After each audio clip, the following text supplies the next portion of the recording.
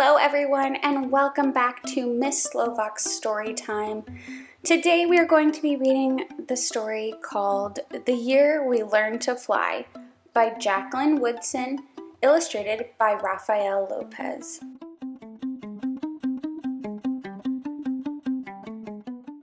The Year We Learned to Fly.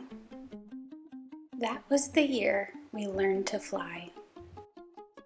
That was the spring when the rain seemed like it would never stop and the thunder boomed so hard we weren't allowed to go outside.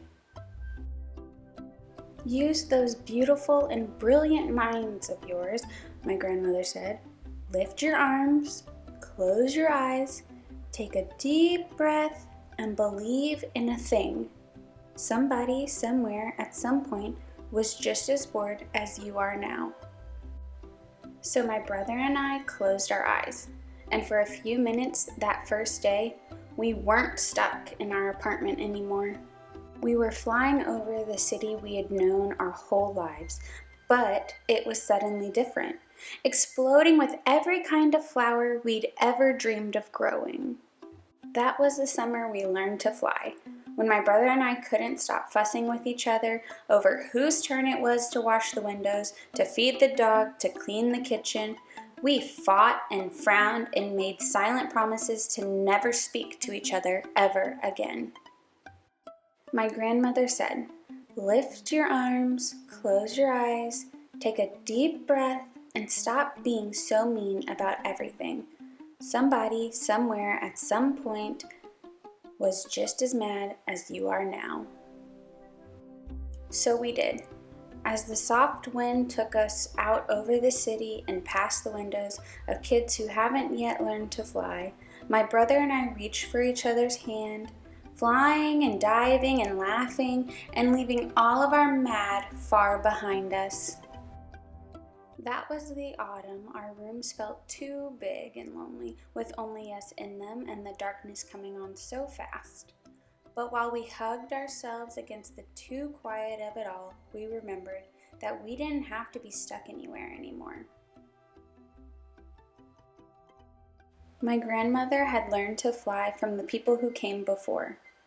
They were aunts and uncles and cousins who were brought here on huge ships, their wrists and ankles cuffed in iron. But, my grandmother said, nobody can ever cuff your beautiful and brilliant mind. So our people learned to fly, she said. They dreamed a thing and made it happen, closed their eyes and flew away home. Lift your arms, my grandmother said. Close your eyes and remember, somebody, somewhere, at some point, had to figure out they could fly.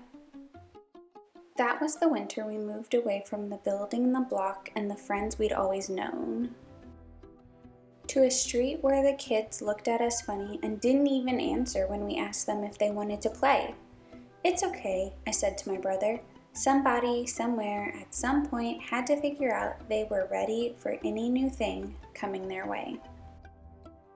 So like the people who came before us, we lifted our arms even higher, closed our eyes even tighter, breathed in even deeper, and flew the way we'd always known how to, free, as the aunties and uncles and cousins who'd come before us, free as our own beautiful and brilliant minds.